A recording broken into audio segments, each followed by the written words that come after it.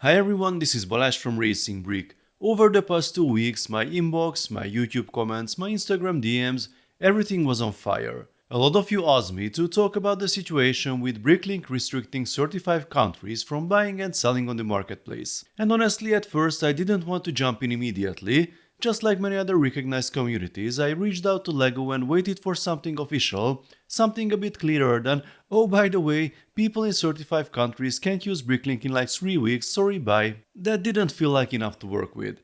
But since the only real follow-up so far is an apology and an extension of the deadline, and still no explanation for why these specific countries were chosen, I think it's time for me to add my 2 cents. Before I start, I need to point you towards something very valuable. If you want detailed written coverage, deeper analysis, and hundreds of comments from affected fans, Jay's Brick blog has done a great job summarizing the entire situation and gathering voices from around the world. I've put the link in the description, I definitely suggest checking it out. So, what happened? Bricklink, the biggest LEGO marketplace, an essential tool for the global AFOL community, and of course a company now owned by LEGO, so Bricklink announced that starting on the 12th of December 2025, users in 35 countries will no longer be able to buy or sell on the platform. The list includes countries like South Africa, Turkey, Brazil, Taiwan, and even Greenland, which has strong Danish connection. Here's the full list. These aren't small niche markets. Many of them have active AFOL communities, recognized logs, LEGO certified stores, Legoland Park, even LEGO factories. This is a massive change for them. 3 weeks notice for such a drastic change is wild.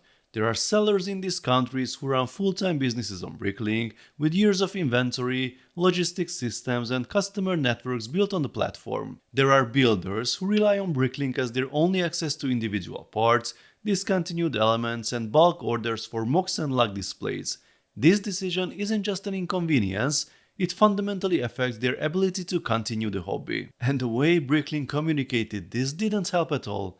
The announcement was posted on the ancient Bricklink forum, a place I'm convinced 99% of users have never set foot in. The UI looks like something that would have felt old even 30 years ago, back when IRC ruled the world. Using that as the primary communication channel for one of the most impactful decisions in Bricklink's history just feels completely disconnected from reality. After the initial wave of backlash, Bricklink released a second statement, which you can read here.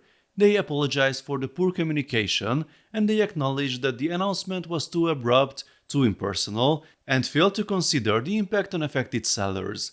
They then extended the shutdown date to January 31st, 2026 and waived seller fees for November, December, and January in those regions. That part is genuinely appreciated by the community. But then we get to the explanation, the part everyone was actually waiting for.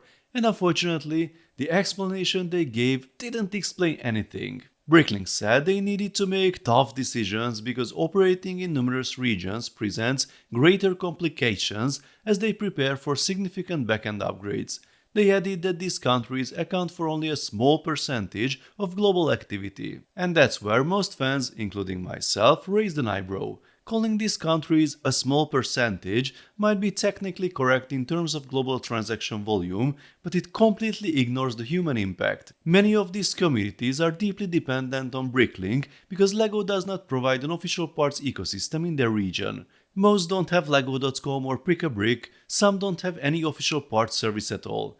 Bricklink isn't just a marketplace there, it's the only viable system for AFOL creativity. So now let's talk about why this happened. And here is where I think Bricklink made their biggest mistake, not necessarily in the decision itself, but in the lack of transparency around the reasoning behind it. Saying backend upgrades and regional complications is not an actual explanation, it's a placeholder, and it leaves the entire community guessing. I'm almost certain the real reason is related to some corporate, legal and compliance issues. This may include data handling requirements, tax rules, payment processing limitations, or something tied to the recent push to merge LEGO accounts and Bricklink accounts. These could be complex region-specific legal barriers that Bricklink simply cannot publicly discuss, and that's fine, every corporation has limits on what it can disclose. But Bricklink historically was not a corporate machine, it was built on community transparency. And this decision, delivered in a vague forum post with no meaningful explanation, feels completely out of sync with the values that made Bricklink successful in the first place. And let me add one more thing that makes this even stranger. Recently, LEGO customer service advised me multiple times to source parts or even full sets from Bricklink when they couldn't help me. So even LEGO acknowledges that Bricklink is an essential part of the LEGO ecosystem.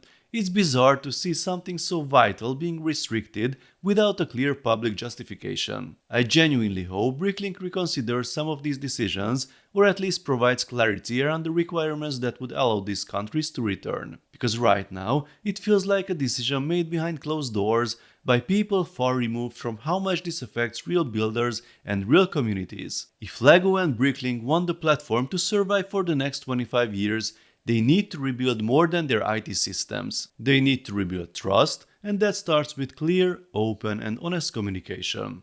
Thanks for watching, folks. If you are from one of the affected countries, please share your experience in the comments. Your voices matter, and they deserve to be heard. I will continue sharing your concerns within my abilities. See you next time. Bye bye.